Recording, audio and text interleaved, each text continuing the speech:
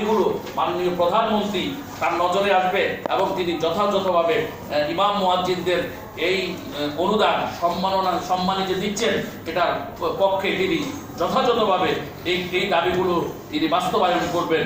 আমাদের এক নম্বর দাবি হলো প্রকৃত ইমাম, খতিব ও মুয়াজ্জিনদের যথাযথভাবে যাচাই বাছাই করে সম্মানী ভাতার তালিকা প্রস্তুত করতে হবে। শুধু ইমাম, মুয়াজ্জিন, খাদেম নয়, খতিবদেরকেও এই প্রকল্পের অন্তর্ভুক্ত করতে হবে। 2 নম্বর দাবি, প্রাথমিকভাবে অনুদান প্রদানে গ্রামীণ দরিদ্র জনপদের মসজিদ সমূহের অসচ্ছল ইমাম, খতিব ও মুয়াজ্জিনদেরকে অগ্রাধিকার দিতে হবে।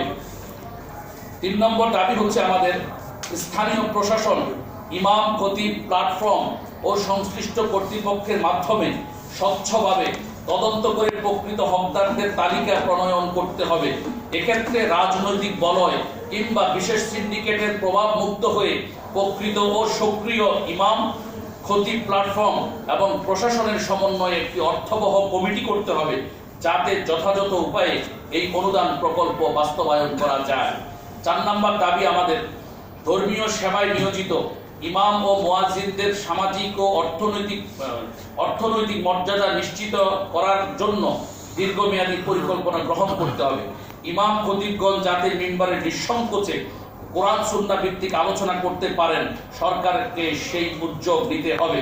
5 নম্বর দাবি, শুধু অনুদান নয়, মসজিদের ইমাম, খতিব, মুয়াজ্জিন ও খাদেমগণ কর্মস্থলে তাদের সামাজিক নিরাপত্তা ও যথাযথ অধিকার বাস্তবায়নে সরকারের জোরালো ভূমিকা দেখতে চান। তাই আমরা দেখেছি বহু মসজিদে ঠুনকো অজুহাতে আমাদের ইমাম, খতিব, মুয়াজ্জিন ও খাদেমগণকে চাকুরিচ্যুত করা হচ্ছে, যা অতীতের সরকারের আমলে ছিল, বর্তমান সরকার আমলেও সেটা কিন্তু শুরু হয়েছে। আমরা চাই তাই মসজিদ ব্যবস্থাপনা নীতিমালা 2025 বাস্তবায়নের মাধ্যমে ইমাম, খতিব, মুয়াজ্জিন ও খাদেমগণের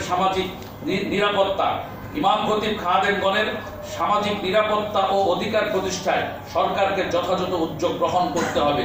এ বিষয়ে জেলা প্রশাসক, জেলা পুলিশ সুপার, ইউএনও সহ অফিসার ইনচার্জগণকে আরও সক্রিয় ভূমিকা পালন করায় সরকারকে প্রয়োজনীয় পদক্ষেপ নিশ্চিত করতে হবে। এটা হচ্ছে আমাদের এই স্পেসিফিক দাবি। আমরা আজকের সংবাদ সম্মেলন থেকে 5টি দাবি মাননীয় প্রধানমন্ত্রী বরাবর উত্থাপন করছি। আমরা আশা করছি আমাদের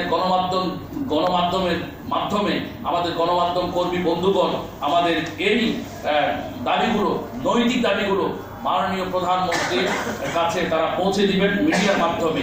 আশা করছি এতে করে বাংলাদেশের লক্ষ লক্ষ ইমাম, মুয়াজ্জিন, খতিবগণ তারা উপকৃত হবেন।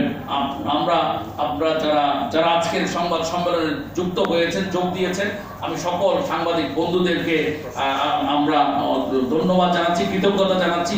অতীতেও আপনাদের সেবা, অতীতেও আপনাদের সাপোর্ট আমরা পেয়েছি, আজকেও পাচ্ছি, আলহামদুলিল্লাহ খুব ভালো লাগছে। আশা করছি ভবিষ্যতেও আপনারা আমাদের ইমাম, খতিবদেরকে নিঃস্বার্থভাবে আপনারা আমাদের পাশে থেকে সাপোর্ট দিয়ে যাবেন। আপনারা ডায়াসে যারা আছেন সবাই তো কেন্দ্র কমিটির, একটু নাম বা একটু পদবি যদি বলতেন।